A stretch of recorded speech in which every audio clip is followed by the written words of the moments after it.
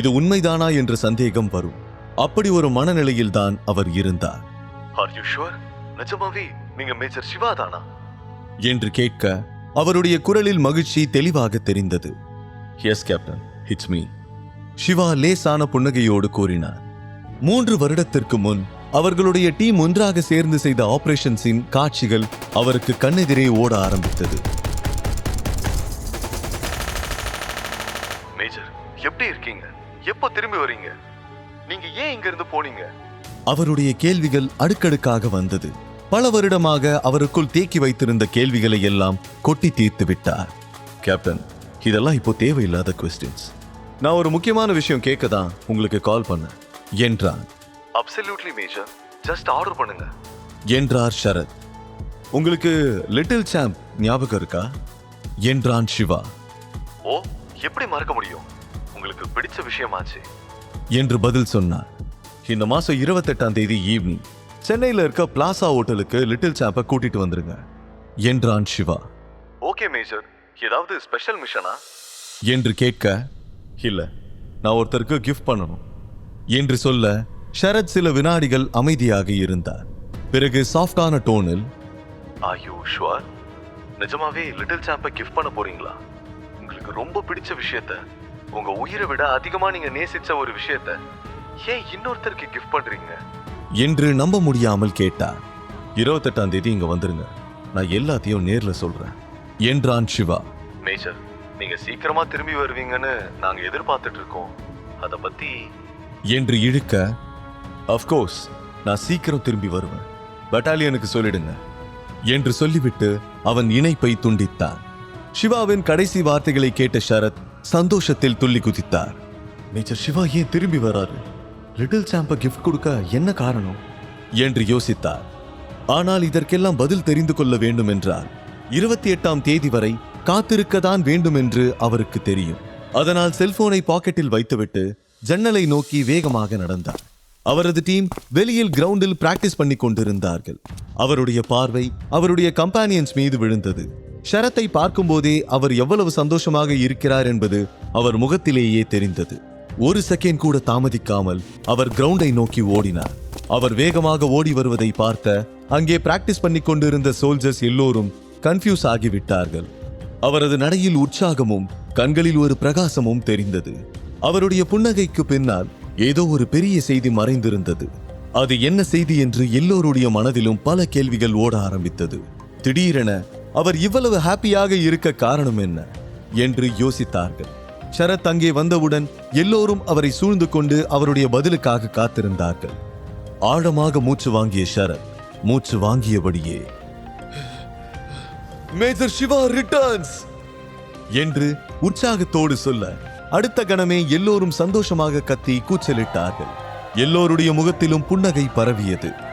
Major Siva அவர்களுடைய senior மட்டுமல்ல, அவர்களுடைய குடும்பத்தில் ஒருவரை போல, பல ஆண்டுகளாக பிரிந்திருந்த ஃபேமிலி மெம்பர் திரும்பி வருவது போல உற்சாகத்தால் துள்ளி குதித்தார்கள். எல்லோருக்கும் 28ஆம் தேதிக்கான வெயிட்டிங் டைம் ஸ்டார்ட் ஆகிவிட்டது.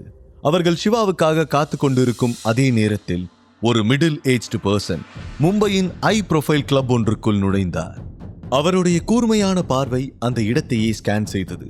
அது நார்மல் கிளப் இல்லை, அண்டர்வேர்ல்ட் தாதாக்கள் அதிகமாக கூடும் ஒரு சீக்ரெட் பிளேஸ். அந்த இடத்திற்கு பல கிரிமினல்ஸ் வருவார்கள். ஆழமாக ஸ்கேன் செய்த பிறகு அவர் ஒரு டேபிளை நோக்கி நகர்ந்தார். அங்கு ஏற்கனவே எங்கேஜில் ஒரு பையனும் பொண்ணும் இருந்தார்கள். அவர்கள் இருவரும் இன்டர்நேஷனல் கிரிமினல்ஸ். அவர்கள் ஒரு மிஷனை கையில் எடுத்தால் அது சாதாரணமாக இருக்காது. சீக்ரெட்டாக பல மிஷன்களை சக்சஸ்ஃபுல்லாக முடித்த ரெக்கார்ட் அவர்களிடம் இருந்தது. அந்த மிடில் ஏஜ் மேன் எதுவும் பேசாமல் அவர்களுக்கு எதிரில் வந்து அமர்ந்தார். அவர் வந்த பிறகு அந்த இடத்தின் தன்மையை சீரியஸாக மாறிவிட்டது. Hi Romeo, Juliet, how are you both என்று கேட்க, fine, how are you tension என்று அவர்களும் பதிலுக்கு கேட்டார்கள். எங்களை பார்க்கணும்னு சொன்னீங்களாமே ரோமியோ டென்சனிடம் கேட்க, எஸ், உங்களை பத்தி நான் நிறைய கேள்விப்பட்டிருக்கேன். டென்சன் பேசிக் கொண்டிருக்கும் போதே ஜூலியட் குறுக்கிட்டு, ஆர் யூ an இந்தியன் என்று கேட்க, டென்சன் ஜூலியட்டை வித்தியாசமாக பார்த்தார். Still I am an Indian, but who knows about time, அது எப்போ வேணா மாறலாம் என்று டென்ஷனோடு சொல்ல, அந்த இடத்தின் சீரியஸ்னஸை குறைப்பதற்காக ரோமியோ குறுக்கிட்டு, நாம வந்த விஷயத்தை பத்தி பேசலாமா என்றார். டென்சன் கோட் பாக்கெட்டில் இருந்து ஒரு போட்டோவை வெளியில் எடுத்து அவர்களுக்கு எதிரில் டேபிள் மீது வைத்தார். ரோமியோவும் ஜூலியட்டும் அந்த போட்டோவை கவனமாக பார்த்தார்கள். அதில் இருந்த முகம் ஜூலியட்டுக்கு பரிச்சயமானதாக தோன்றியது. அவள் முகத்தில் இருந்த ரியாக்ஷனை பார்த்த டென்சன், உனக்கு இவனை தெரியுமா என்று கேட்க, எங்கேயோ பார்த்த மாதிரி இருக்கு, பட் எங்கன்னு தான் சரியா ஞாபகம் வரல என்றார். ரோமியோ அவளை கொஞ்சம் பிரஷர் பண்ண அவளுக்கு நினைவுக்கு வந்துவிட்டது. எஸ், இவர் கொஞ்ச நேரத்துக்கு முன்னாடி தான் ஆன்லைன்ல பார்த்தேன், எனக்கு இப்பதான் ஞாபகம் வருது.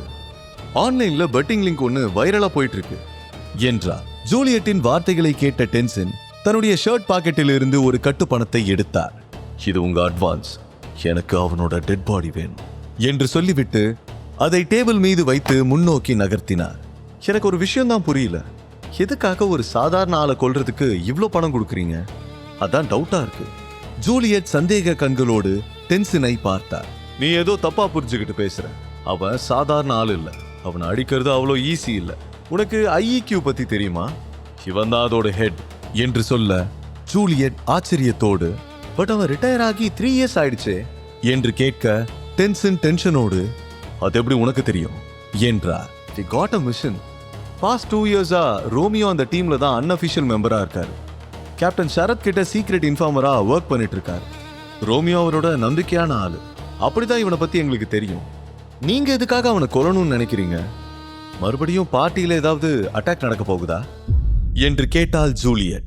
டென்சன் ஜூலியட்டை பார்த்தபடி, அதான் பணம் கிடைச்சிருச்சுல, சீக்கிரமா வேலையை ஸ்டார்ட் பண்ணுங்க, வேலை முடிஞ்சதும் மிச்ச பணம் உங்களை வந்து சேரும். இதை சொல்லிவிட்டு டென்சன் எழுந்து சென்றார். ரோமியோவும் ஜூலியட்டும் அவர் செல்வதையே பார்த்து கொண்டிருந்தார்கள்.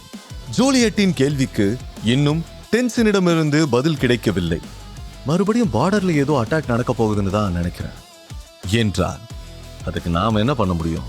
நமக்கு பணம் கிடைச்சிருச்சு, இப்பவே நம்ம சென்னைக்கு போயாகணும்.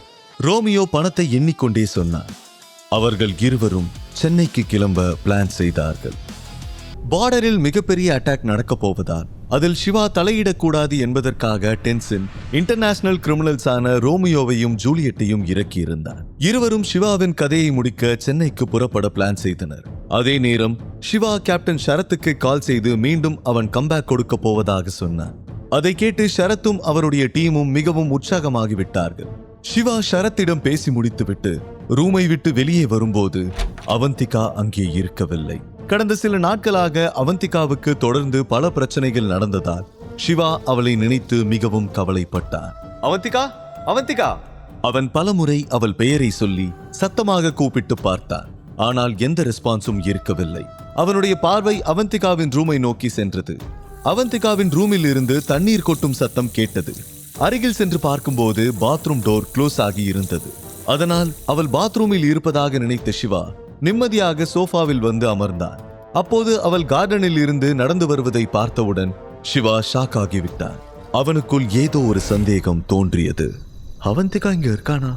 அப்போ பாத்ரூம்ல இருக்கிறது யாரு என்று நினைத்தவன் உடனே எழுந்து அவந்திகாவின் ரூமுக்கு ஓடினான். அவந்திகா அவன் ஏன் இவ்வளவு வேகமாக ஓடுகிறான் என்று யோசித்தார். அவன் அங்கே வந்து பார்க்கும்போது பாத்ரூம் டோர் ஓபன் ஆகி இருந்தது. நான் பார்க்கும்போது டோர் க்ளோஸ் ஆகித்தானே இருந்துச்சு, இப்ப எப்படி திறந்திருக்கு? கண்டிப்பா இங்க யாரோ இருந்தார் என்று நினைத்து கொண்டே அவன் வீட்டில் ஒவ்வொரு இடமாக தேட ஆரம்பித்தான். சிவா டென்ஷனாக இருப்பதை பார்த்த அவந்திகா பதறிவிட்டார். சிவா அந்த பங்களா முழுவதும் தேடியும் அவனால் அங்கே வித்தியாசமாக எதையும் கண்டுபிடிக்க முடியவில்லை. அவன் மீண்டும் பாத்ரூமுக்கு திரும்பி வந்து பார்த்தான். இங்க யாரும் இல்லனா தண்ணி கொட்டுற சத்தம் எப்படி வந்துச்சு என்று நினைத்து கொண்டே உன்னிப்பாக நோட்டமிட ஆரம்பித்தான். ஆனால் அங்கே சந்தேகப்படும்படியாக எதுவுமே இல்லை. அவன் மீண்டும் ஹாலுக்கு வந்தான். அப்போது அவந்திகா அவனிடம், என்னாச்சு சிவா, ஏன் டென்ஷனா இருக்க, ஏதாவது பிரச்சனையா என்று கேட்டார். நோ, பாத்ரூம்ல தண்ணி கொட்டுற சத்தம் கேட்டுச்சு, நான் அதை ஆஃப் பண்ணலாம்னு போனேன், அவ்வளவுதான் என்றான். அவன் ஏதோ சொல்லி தற்போதைக்கு அவளை சமாளித்து விட்டான். அவந்திகாவுக்கு தெரிந்தால் அவள் பயப்படுவாள் என்று நினைத்துதான் மறைத்து விட்டான். சிவா சொன்னதை அவந்திகாவும் அப்படியே நம்பிவிட்டார். சரி இரு, நான் இப்ப வரேன் என்று சொல்லிவிட்டு அவள் தன்னுடைய போனை சோஃபாவில் வைத்துவிட்டு உள்ளே சென்றார். சிவா ஆழமான யோசனையில் மூழ்கியிருந்தார். அப்போது திடீரென அவந்திகாவின் அருகில் இருந்த போன் ஸ்கிரீன் ஒளிர்ந்தது. அதில் ஒரு மெசேஜ் வந்தது. உடனே சிவாவின் பார்வை அந்த போனை நோக்கி சென்றது. முதலில் அவன் அவ்வளவாக அதை கவனிக்கவில்லை. அந்த போனில் பாப்அப் மெசேஜை பார்த்தான். அதை அரைகுறையாக கவனித்துவிட்டு திரும்பிவிட்டான். ஆனால் அதில் அவன் பார்த்த வார்த்தைகள் அவனை டிஸ்டர்ப் செய்தது. உடனே போனை எடுத்து பார்த்தான். அந்த மெசேஜில் Chandran group successfully sign the contract with Indus group என்று இருந்தது. அதை பார்த்து அவன் சர்ப்ரைஸ் ஆகிவிட்டான். அவந்திகாவின் திறமையை நினைத்து சந்தோஷப்பட்டான். ஆனால் இதெல்லாம் எப்படி நடந்தது என்று யோசித்தான். முழு கதையையும் கேட்டு மகிழ பாக்கெட் FM ஏபி டவுன்லோட் செய்யுங்கள். லிங்க் டிஸ்கிரிப்ஷனில் கொடுக்கப்பட்டுள்ளது.